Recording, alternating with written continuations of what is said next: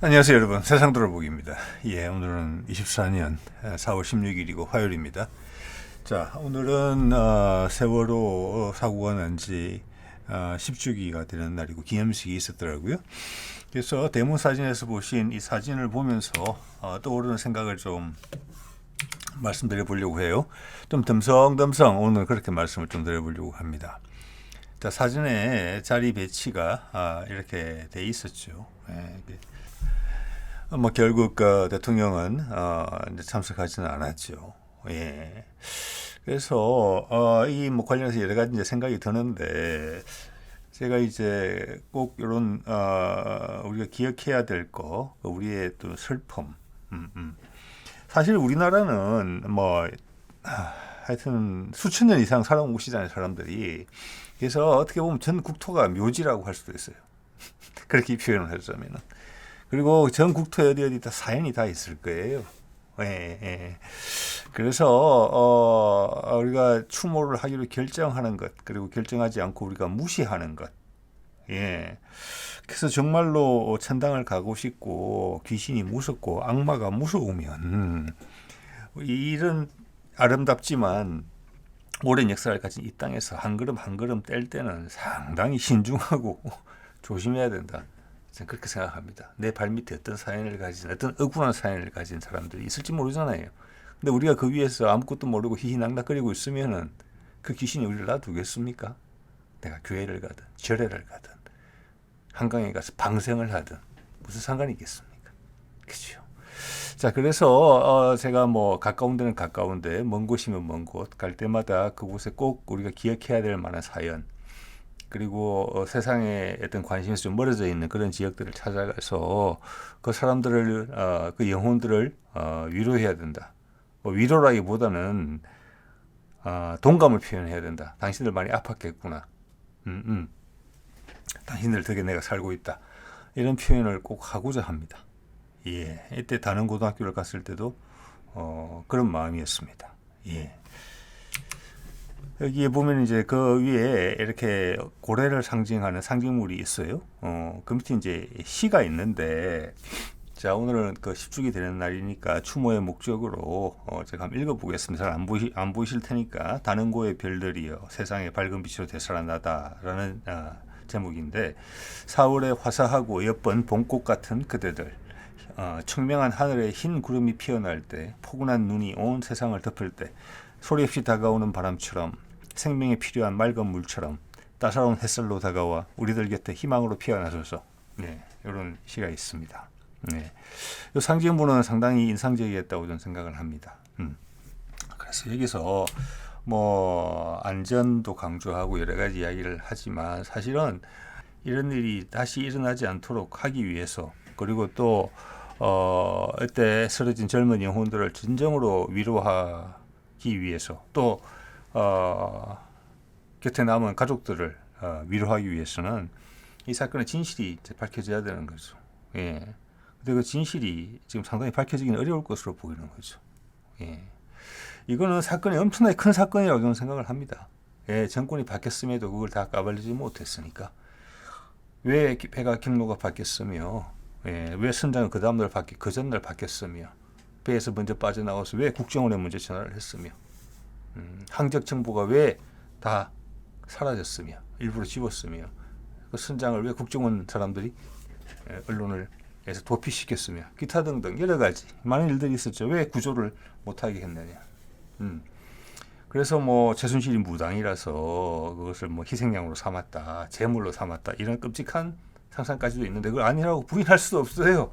예, 예, 뭐 최순실이 무속인이라는 증거는 여기저기 좀 보이니까요. 예. 그래서 제가 보는 관점은 다른 어떤 시나리오예요. 이게 뭐냐? 지금 네타냐후가 이란 대사관을 공격했죠, 시리아에. 그래서 이란을 불붙였죠. 그게 무슨 몇 번째예요? 몇 번째? 한 세 번째예요. 세 번째 만에 이란이 이제 못 참고 받아친 거잖아요. 예, 그까지는 성공을 했어요.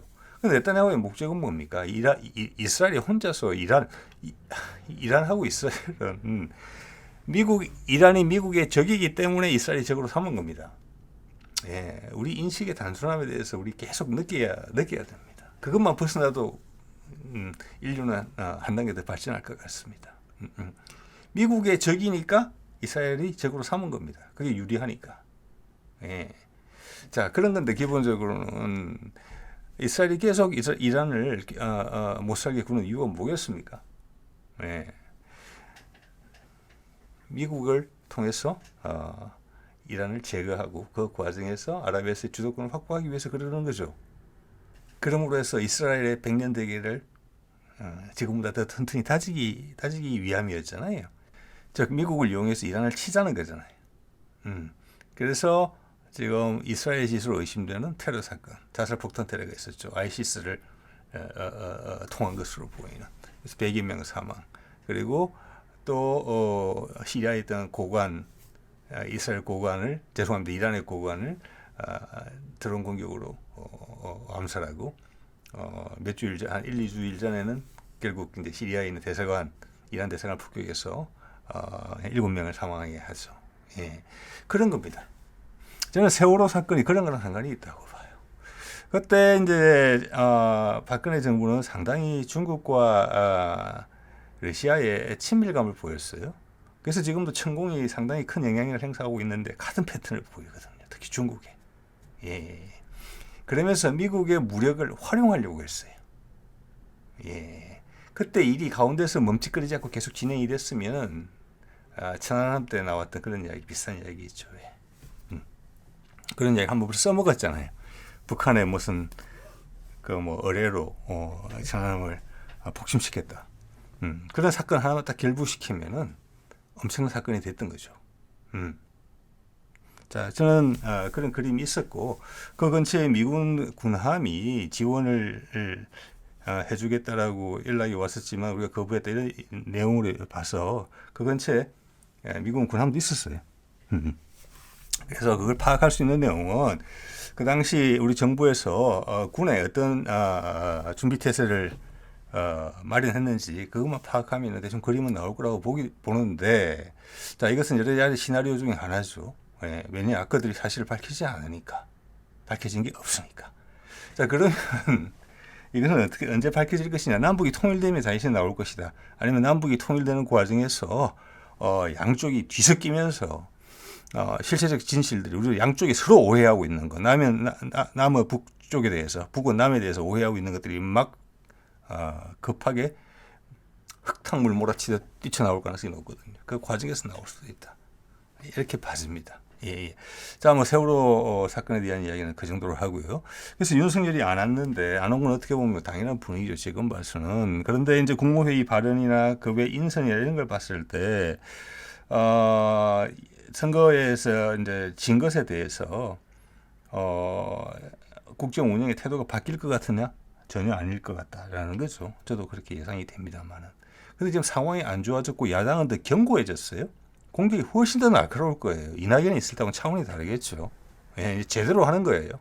자, 그렇게 되면은 여태까지 편법에 의거해서 기존의 법을 약간 뒤틀면서 자신의 입장을 방어해왔던 그런 작전이 더 이상 먹히지 않게 될 거예요. 이제는 본격적으로 법을 위배하면서 본인의 정권을 지키기 위해서 행동을 취할 거라고 봐요. 자, 그러면 한계가 무너지는 것이기 때문에 엄청나게 살벌한 일들이 많이 생길 수 있다. 그래서 우리는 안전벨트 꽉 매야 된다. 이빨을 꽉 다물어야 된다. 그리고 눈은 번쩍번쩍거리면서 뜨고 있어야 된다. 저는 앞으로 3년이 그렇게 될 것이라고 봅니다. 네. 그래서 이런 거로 대표적으로 이제 이게 대표적으로 나타내는 것 같아요. 제가 내용을 보지 않았어요. 오늘 소개해드리는 이런 캡처는 그냥 제목에서 어떤 인상을 바꾸자 함입니다. 여러분한테 전달되기 함이고, 자, 여기는 결국 국힘에서 쫓겨나고 험한 꼴 보게 될 것. 약간 정치적 멘트에 가깝죠. 박지원 늘 하는 것처럼 이야기를. 지금 험한 꼴 보게 될 것. 저도 저 말에는 동의를 합니다. 3년을 채울 수 있을지 없을지 잘 모르겠습니다. 그게 탄핵이라는 방식은 아닐 것 같다는 생각이 제가 든다는 거예요. 그 정도 급을 이미 벗어났어요. 법적인 한계를 벗어나게 되는 단계예요. 지금 이번부터는. 그래서 절차상으로 사람들이 시위를 하고 해서 헌법재판소에서 판단을 해서 물러나고 이런 거를 똑같이 반복된다? 그렇지 않을 거라고 봅니다. 이번에는. 좀 더 험한 꼴을 보고 그를 마지막까지 최후까지 지지할 수 있는 사람들의 마음도 돌아설 정도로의 험한 일이 발생할 가능성이 높다. 저는 그렇게 봅니다. 예, 예.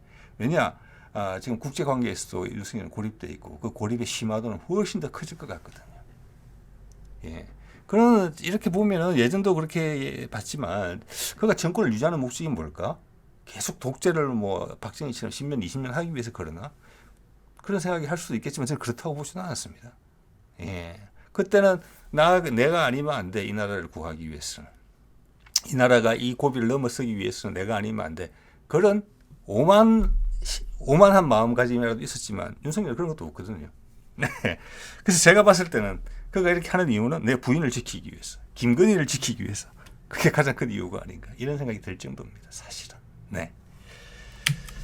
자, 그래서 도올이 나이가 제법 됐을 텐데 이게 유튜브 AI가 띄워서 여러분들 캡처해서 보여드립니다. 경험하지 못한 새로운 시대가 올 것이다.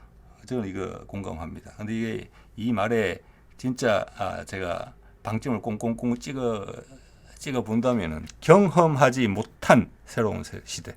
이게 희망적인 걸 수도 있고 엄청나게 제가 좀 전에 말씀드린 것처럼 그의 마지막 지지자조차 돌아서게 만드는 그런 일일 수도 있어요. 그게 순서가 그렇게 앞뒤로 섞여 나올 수도 있어요. 예.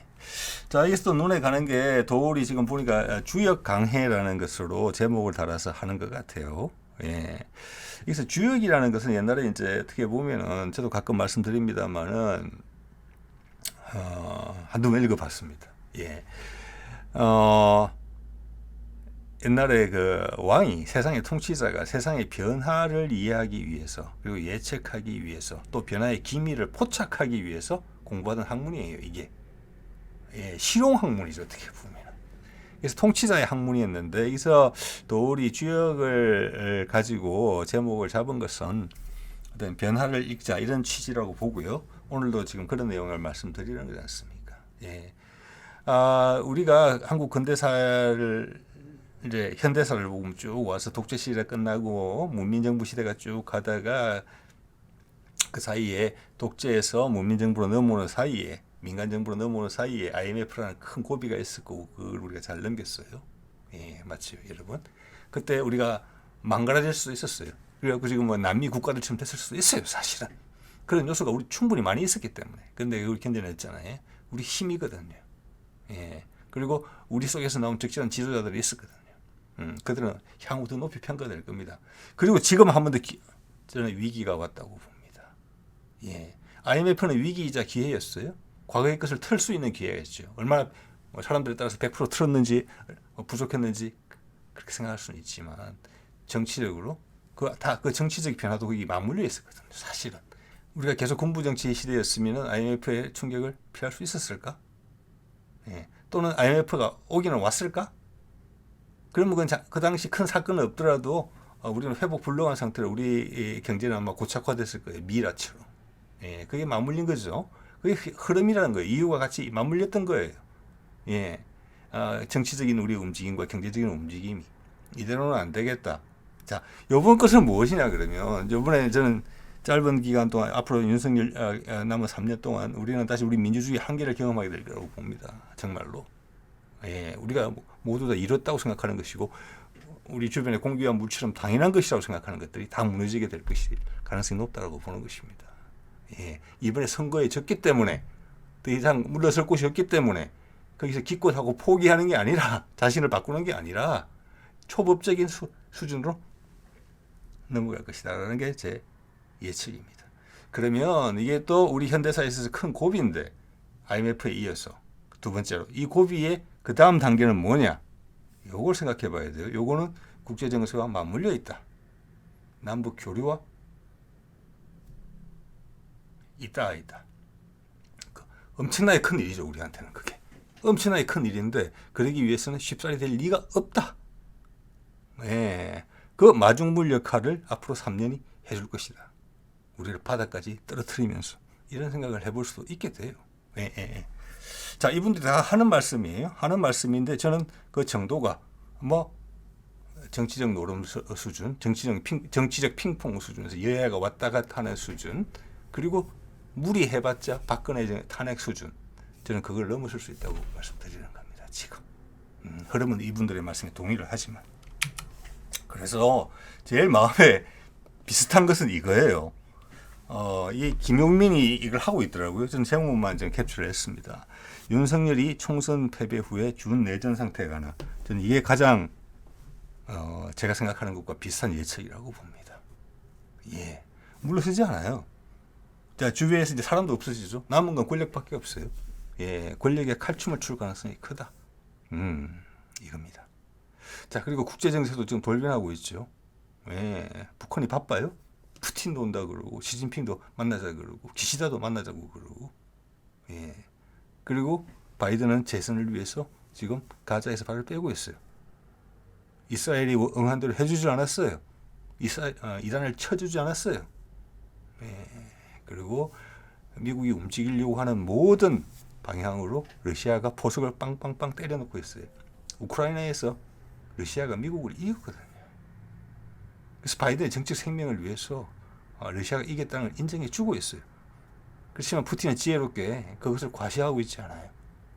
모든 것이 미국이 주도하는 세상임을, 미국이 내리는 결정으로 세상이 바뀌어지게 될 것임을, 그 미국이 주도적인 역할을 하게 될 것임을, 바이든이 그 역할을 하게 될 것임을 계속 배려해 주고 있는 것이죠. 그 핵심이 지금 한반도로 모이고 있다는 게 계속 또 확인되고 있는 거죠. 예, 가자 전쟁을 마치고 우크라이나 전쟁을 마치고 바이든이 대선에 승리하기 위해서는 지금 이 타이밍이거든요. 같은 시기에 윤석열은 폭발을 할 지경에 도달한 것이죠. 여기서 갑자기 바이든이 너 2년 전에 약속했던 담대한 구상 실현해 하겠습니까? 저는 이제는 어느 정도 생각이 듭니다. 준 내전 상태로 가는데 하겠습니까? 안 합니다. 우리나라는 쉬운 나라 아니에요. 네. 자, 그럼 여기서 예전에 소개드렸던 우리 조상의 지혜를 한번 살펴볼까요? 네, 제가 가끔 소개드리는 이유는 시간이 지날수록 그 그림에 맞아가기 때문에 그런 겁니다. 그래서 충분히 참고할 만한 가치가 있고, 그런 인물들이 존재했었다는 것은 우리나라가 그 자양분을 제공했다는 것이고, 우리가 힘이 있는, 우리 현대인들이 이해하고 있지 못하지만 뿌리가 있는, 강력한 힘을 가진 사람들이라는 것을 확인시켜주기 때문에 여러분한테 말씀을 드리는 겁니다. 예. 그리고 지금도 그 주변에 많이 있지요. 예, 그들 존재감 조금 있다가 나타날 겁니다. 그런 존재들이 영향을 미쳐서 저 같은 사람이 이런 가당치 않아 보이는 소리까지도 하는 겁니다. 예. 찾아가면 그 뿌리가 나오겠고, 힘은 작동을 지금도 하고 있는 것이죠. 예. 타너가 몇십 년 전에 그런 이야기를 했던 것처럼, 자, 보실까요? 타너의 통일 예언에서 가져온 거예요. 이게. 예. 자, 83년에 사망했잖아요. 그러니까 오래된 사람입니다. 예. 이거 얼마입니까? 40년 된 거잖아요. 40년 전. 자, 그러니까 한 70년대 이런 말을 했다고 봐야 되는데, 전쟁은 없이 통일이 된다. 다만 깜깜한 전제 정치의 시기가 3년, 짧으면 3개월 온다. 깜깜한 전제정치, 독재 같은 걸 의미하는 거잖아요. 예, 제가 아까 말씀드린 그런 부분입니다. 아까 김용민이 제목에서 뽑았던 내전 상태 들어간다. 여러분 지금 우리나라가 내전 상태 들어간다면 믿기시겠습니까? 근데 세상에 많은 나라들이 내전을 하고 있어요. 예, 우리는 다른 방식으로 하겠죠. 자, 지금까지의 단계, 지금 뭐 탄핵을 하고 뭐 끌어내린다 한다는 것은 지금까지의 법치 체제 안에서 벌어지는 일들이에요. 여기서 말하는 깜깜한 전제정치라는 것은 법치 한계를 넘어서는 초법적인 상황이에요. 쿠데타에 준하는 그런 상황들이에요. 예. 그래서 지금은 그걸 유심히 봐야 돼요. 군이 얼마나 윤석열에게 충성을 하고 있는지. 예. 이거 상당히 중요한 문제라고 봅니다. 여러분. 예. 저는 100% 신뢰를 얻고 있지는 못하다고 봐요. 그렇지만 몇몇 화려한 군의 과거를 기억했던 세력들이 분명히 있을 거예요. 예. 자, 그래서 군 내에 파가 갈리게 되면은, 그리고 윤석열이 군의 힘을 통해서 초법적으로 하려면 군의 무력이 필요한 거잖아요. 경찰 것은 이미 넘어선다고 봐야 됩니다. 인도 사안이 되면. 자, 그래 되면은 그들 소수의 추종하는 세력들하고 반대하는 많은 정상적인 군 내부 세력들하고 다투겠죠. 그들이 다투면 뭡니까? 내전이 되는 거예요. 한쪽은 야당 편에 서고 한쪽은 독재화된 괴물화된 윤석열 편에 서게 되면 그게 내전이 되는 것이죠. 저는 그거 전혀 불가능한 이야기라고 생각 안 해요. 그런 기미까지 있을 수 있다고 봅니다. 지금 이번에 국무회의 발언 때문에 지금 말이 되는 거잖아요. 이미 선전포고한 거예요, 국민한테. 내가 잘못한 거 하나도 없다. 선거에서 왜 졌는데. 그래서 제가 말씀드리는 거잖아요. 그 정도로는 해야지. 제가 좀 전에 언급드린 그런 상황만큼은 해야지 윤석열의 최후 지지자까지 또 돌아선다는 거예요. 그때까지 안 물러선다는 겁니다. 윤석열은. 제가 봤은 그래요. 예. 자, 근데 이제 탄핵의 이야기는 그 시기가 지금 비슷해요. 예, 예. 묘사가. 그 다음이 바로 통일이다. 예, 더 이상 옛날 이야기 같이 들리지가 않는 거죠. 예. 그래서 남북 교류에 대한 미국의 메시지가 바로 지금 올 수도 있어요. 그런 기미가 지금 있는 거잖아요. 아무도 보도를 안 하지만. 바이든이 살 길은 그거밖에 없어요. 미국이 살 길도 그거밖에 없어요. 계속 무력 충돌을 해내면 이기지를 못해요, 미국이. 후티도 지상군을 부려서 제압을 못하는데 미국이 그만큼 약해진 겁니다. 그러면서 역시 내부적으로 많은 문제를 안고 있는 중국을 제압하기 위해서는 러시아를 당겨야 돼요, 자기로. 그래서 러시아가 그래 나랑 화해하려면은 한반도 교류 좀 시키자. 북한하고 종전선언을 해라. 평화선언하고. 예. 그래서 경제 활성화 시키자. 그러면 전부 다 나를 지지할 것이다. 그게 힘에서 밀리는, 전 세계 영향력에서 밀리는, 실제 힘은 더 세지만 밀리는 푸틴이 선택한 방법이에요. 그래서 국내에서는 내전 같은 상황이 발생을 할 수도 있고 국외에서는 큰 물결의 흐름을 막아서는 돌덩이가 될 수가 있어요. 이게 내우외환이죠. 이런 상황에 지금 두 가지가 동시에 스물거리면서 시작되고 있잖아요. 지금 국내에서 국내대로, 예. 국외에서는 국외대로. 그 두 개가 만나면 탄핵가 그 이야기를 한 거라고 봐지는 겁니다. 국내에서는 깜깜한 전제 정치가 되는데 그 전제 정치가 딱 끝나는데 갑자기 통일이 된다? 즉 그 전제 정치의 주도 세력이 통일의 주체가 아니라는 거예요. 전쟁 없다 그랬잖아요. 그의 말을 따르자면. 지금 그림으로도 봐도 그래요. 지금 한반도에서 전쟁을 한다, 아래 위로? 그건 있을 수 없는 일이에요. 전 세상이 허락하지 않아요. 이스라엘도 만약 이란을 혼자서 공격한다? 그럴 가능성은 낮다고 보지만 할 가능성도 전 충분히 있다고도 봅니다. 그러면 이스라엘 멸망이에요. 제가 봤을 때는. 한반도는 이스라엘보다 훨씬 전략적으로 중요한 곳이에요. 중국과 러시아와 미국의 이해가 맺혀져 있는 곳이에요. 지금 상황에서는 더더욱 더 고조되고 있죠. 여기서 한반도 남쪽 통치자의 개인적인 이유로 본인의 권력을 유지하기 위해서 전쟁을 할 수도 있죠. 그렇지만 훨씬 어렵다. 네타냐후도 비슷한 위치예요. 네. 그렇지만 네타냐후가 이스라엘이 가진 전략적 중요성하고 지금 한반도가 가진 전략적 중요성은 차이가 엄청나게 많이 난다. 여기서는 네타냐후보다 훨씬 더 미친 척을 해야 된다. 어렵다. 그렇게 저는 본다는 겁니다. 그것을 원하는 순간 주위에 있는 모든 나라들이 윤석열의 적이 돼요. 우리 남한의 적이 돼요. 그리고 미국이 생각하는 러시아의 화해, 중국의 제압 이런 것도 물 건너가요. 큰 엄청난 혼란이 오게 돼요. 이거는 누구도 허락할 수 없고 이런 내부 내란적인 상황이 나오고 북한을 찝찝거리게 되면은 바로 잘려져 나간다고 봐야 돼요. 그래서 이 깜깜한 3년의 전제 정치는 그렇게 끝날 가능성이 높아요. 왜? 세상의 흐름을 역행했기 때문에. 예. 자, 그래서 이 말입니다. 지금 북중회담, 북러회담, 북일회담, 예, 이것이 좀 가능성은 높아요. 미래일은 닥쳐봐야 하는 거니까.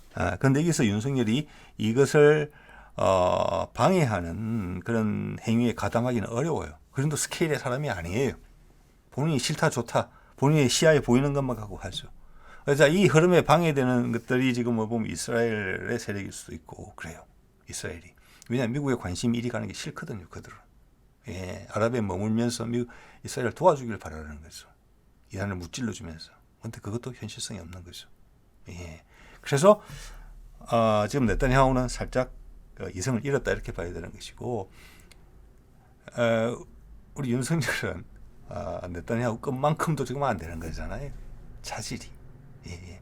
자, 그래서 이런 것이고, 이제는 잘못하면은 미국이 북한의 입장을 지지할 수가 있어요. 남한이 반대하더라도 북한하고 미국하고 평화 선언을 하는 데는 아무 지장이 없어요. 예. 그렇게 될 가능성도 있어요, 지금. 그리고 러시아가 막 박수 치주고 세계 각 지도자들이 박수를 쳐줄 수가 있어요. 남한 윤석열이 담대한 구상을 실현 안 하겠다고 뻗태면은 미국이 이렇게 행동을 먼저 옮길 수가 있어요. 남한은 엄청나게 누르겠죠. 왜? 남의 잔치에다가 지금 죄를 뿌리는 꼴이 되는 것이기 때문에 그 자체가 엄청난 압박이 될 겁니다. 그거랑 국내에서의 혼란, 이게 뒤섞이게 된다는 거죠. 그럼 최후의 수단까지 활용할 것이다. 이렇게 본다는 얘기를 말씀드리는 겁니다. 예. 자, 이건 얼마 전에도 소개를 드렸던 도선비기의 마지막이죠. 1000년 전에 한 이야기입니다. 우리 남북 통일 상황에 대해서 설명을 했어요. 기병서세, 서쪽의 전쟁이죠. 저게 우크라이나전일 수도 있고 가자전일 수도 있고 둘 다일 수도 있어요.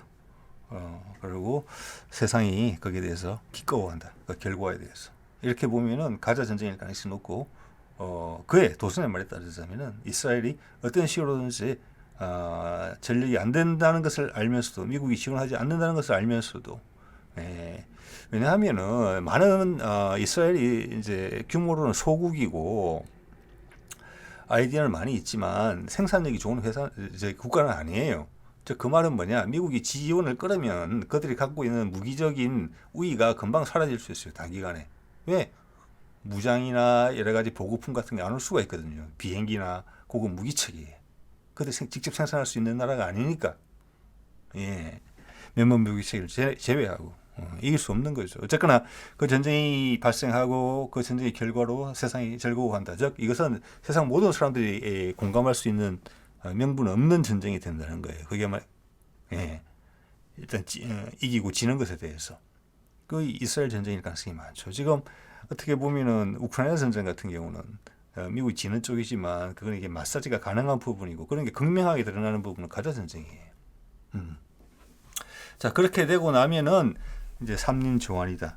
새 이웃들이 도와줘가지고 안정을 찾는다. 그다음 뭐 새로운 정치 체계에 대한 이상도, 그리고 새로운 사상에 대한 이야기들도 나온다. 즉 남북이 통일이 되면서 세상이 이 한반도에서 새로운 출발을 하게 된다. 이때까지와 다른 방식으로. 즉 인류 전체가 다음 단계로 올라간다. 이런 거거든요. 여기서 전쟁은 없어요. 예. 이 3년이라고 하면 뭐겠습니까? 제가 봐도 일단 중국, 러시아, 미국.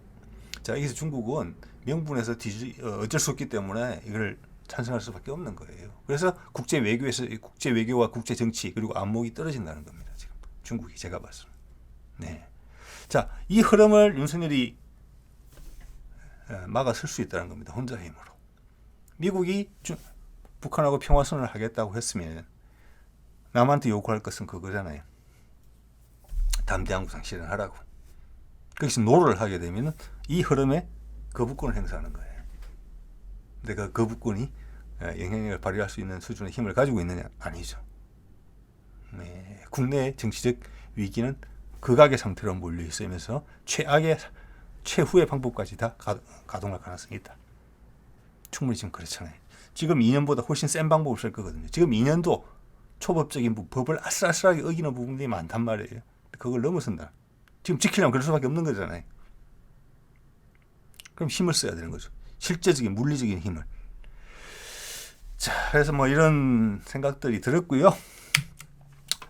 그래서 아마 제가 이런 말씀 드리고자 하는 이유는 제가 옛날 이 말을 참 인상적으로 봤습니다. 지금도 뭐 완벽하게 제가 이해를 하지는 못하지만 함스크는 이런 이야기를 했어요. 자신의 책에서 해방이 벼락치러 왔다. 그는 지식인이잖아요. 예. 해방이 오는지는 몰랐다는 거예요. 예.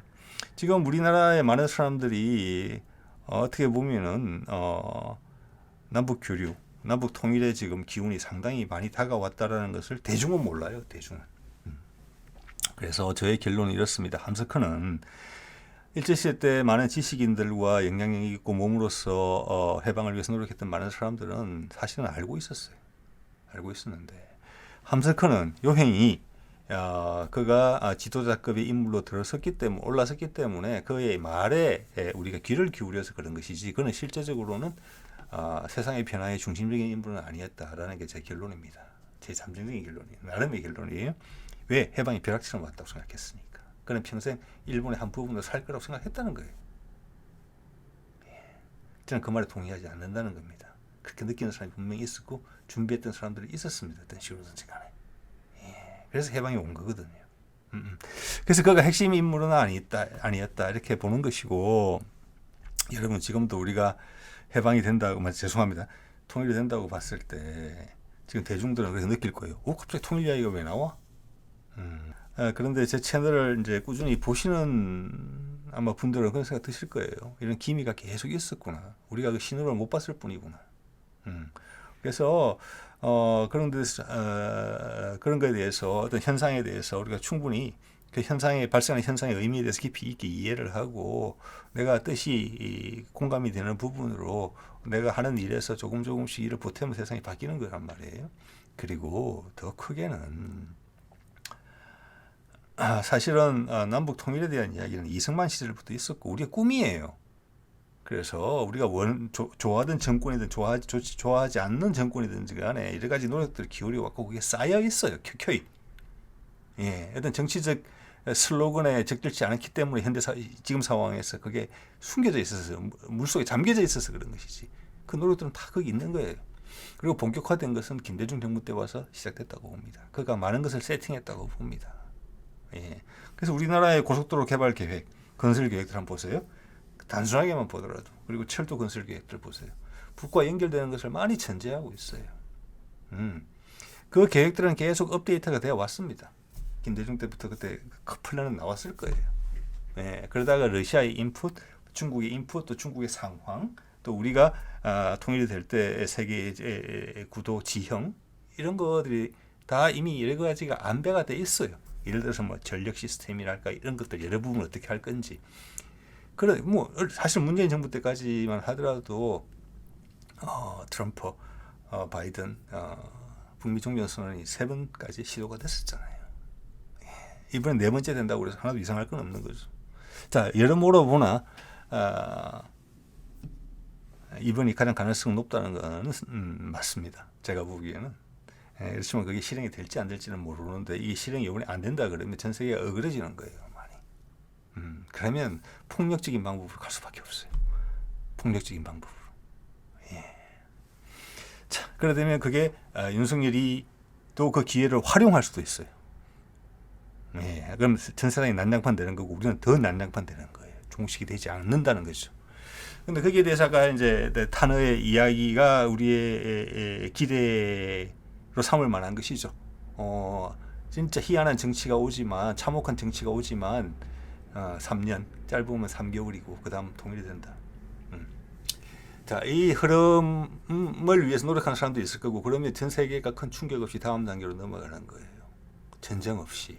이건 인류한테는 큰 도전이에요. 이때까지 매번 이런 경우에는 세계대전이 일어나서 수많은 목숨이 사라졌거든요. 지금 우리가 잃을 게 너무 많잖아요. 핵전쟁까지 살 수 있어요. 그걸 넘어서서 정치 외교적으로 해결하려는 시도가 있는 거거든요. 근데 우리 내부에서는 그런 정치 외교적 시도를 넘어서는 도발적인 전제 정권 같은 정치의 서막이 지금 열렸다. 그것과 세상의 흐름은 너무나 안 맞는다. 그 강력한 트위스트가 걸린다. 한반도에. 그리고 그 세계 인류의 진보는 한반도에서 결정이 되게 돼 있는데 정작 그 한쪽 당사자인 남쪽은 반대 방향으로 돌고 있다. 세상은 훨씬 더 큰 힘을 가지고 오른쪽으로 돌고 있는데 이쪽은 왼쪽으로 돌고 있다 지금. 그 두 개가 만나면 그 발생할 일이 앞으로 2-3년간이다. 그렇게 해석할 수도 있는 것 같습니다. 자, 그래서 말씀드린 것처럼 이 한강이 열 때도 보면 여러분 어느 순간을 보기는 어려워요. 어느 순간 지하철 2호선 타고 지나가다 보면 딱 얼어 있거든요. 근데 한강의 결빙 조건을 보면은 최저 기온 영하 10도 미만인 날이 4일에서 5일 정도 지속이 되면 어느 순간 딱 어는 거예요. 우리의 통일도 이런 거죠. 앞선 정부에서 많은 노력들을 기울여서 쌓아온 것들이 있어요. 자, 그리고 세상 흐름이 맞아야 되죠. 우리가 남북 분단이 될 때 우리의 뜻으로 남북 분단이 됐습니까? 아니죠. 우리는 통일되고 싶었죠. 어떤 식으로든지 간에. 예? 그래서 세상의 힘을 허락하지 않았죠. 거꾸로 다시 통일이 될 때도 마찬가지예요.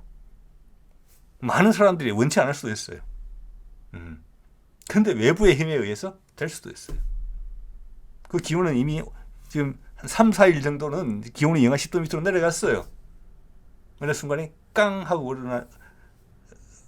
얼려진 강물을 보게 될 수 있다는 겁니다. 이게 많은 사람이 노력을 해왔다는 게 밑에 있지요. 당연히. 자, 이 정도 하겠습니다. 오늘은. 네.